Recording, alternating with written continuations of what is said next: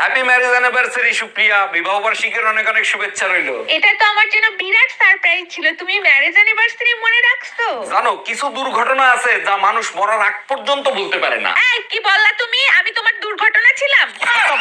মায়া, Valentine day আসতেছে, আসো আমরা দুজন মিলে ভালোবাসা প্র্যাকটিস করি।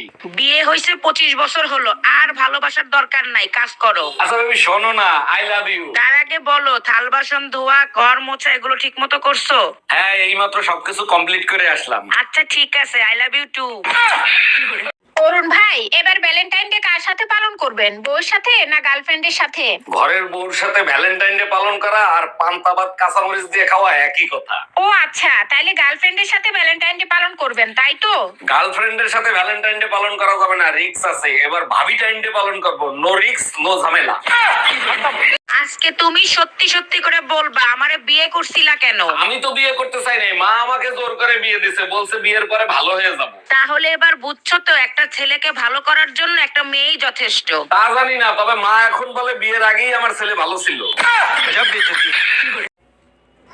আমরা এবার ঈদে কোনো মার্কেট করবো না।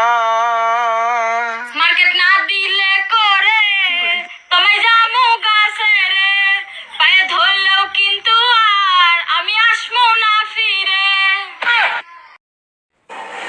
ভাবি, ঘরে আইমু? আসাই তো পড়ছেন, আসেন। কি হয়েছে, কিছু বলবেন? না মানে কালকে আপনার ঘরের পিস দিয়া গেছি না, শুনলাম আপনারে কি পিড়াইছে ভাইয়ে। আমার না খুব মায়া লাগছে। আপনার ভাই আমারে পিটাই নাই তো, আপনার ভাইয়েরে আমি পিটাইছি। চুন্নু পলা তাড়াতাড়ি। এই মায়া, কি হয়েছে? মুখ ফুলাই বসে আছো কেন? আজকেও কি মার সাথে ঝগড়া করছো নাকি? তোমার মার আলমারি ভরা শাড়ি, একখান শাড়ি চাইছি, বলে আমি মরার পর তো সব তোমারই হবে, এখন নষ্ট করে লাভ আছে? মা তো ঠিকই বলছে, মরার পর তো সবকিছু তোমারই হবে, শুধু শুধু ঝামেলা কেন করো? মরার পরে আমারে দেয়া ছাড়া তো কোনো অপশন নাই, যদি থাকতো তাইলে সাথে নিয়ে চলে যাইতো।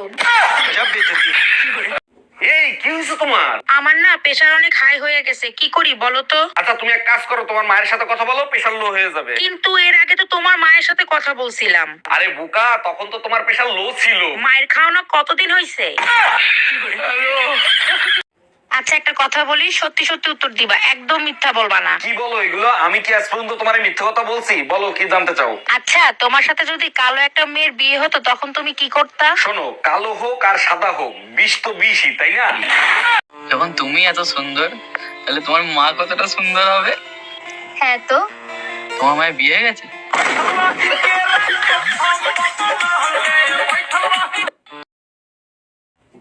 এই আজকে টিভিতে খবর দেখছো? কই না তো, কেন, কি হয়েছে? একটা মেয়ে তার বয়ফ্রেন্ডকে সাথে নিয়ে স্বামীকে মেরে ফেলেছে। তুমি চিন্তা করো না, আমার বয়ফ্রেন্ড এতটা খারাপ না।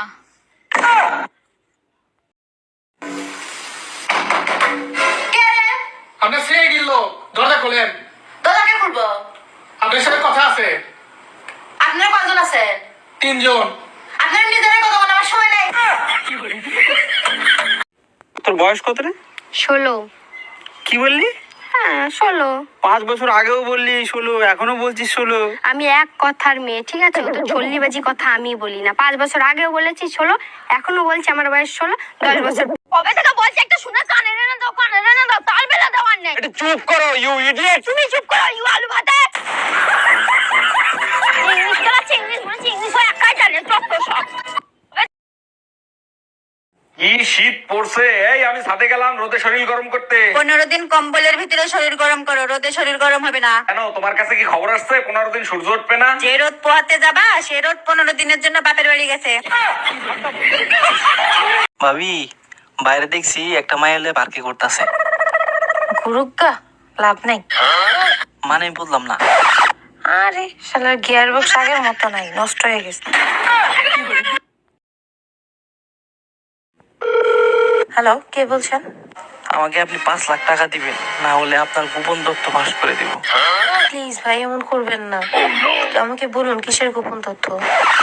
গতকাল আপনি গোসল করার ভিডিও আমি ক্যামেরায় ধারণ করেছি, যদি টাকা না দেন তাহলে ভাইরাল করে দিব। ফোনটা খারাপ আছে। আমি গত 15 দিন যাবত গোসলই করি না, আমার বোকা বানা। রাবণের 10টা মাথা, 20টা চোখ, কিন্তু নজর একটা মেয়ের দিকে, সে হলো সীতা। আর আমার বন্ধুর একটা মাথা, দুটো চোখ, কিন্তু তার নজর হাজারো মেয়ের দিকে। এবার আপনারাই বলুন আসল রাবণকে।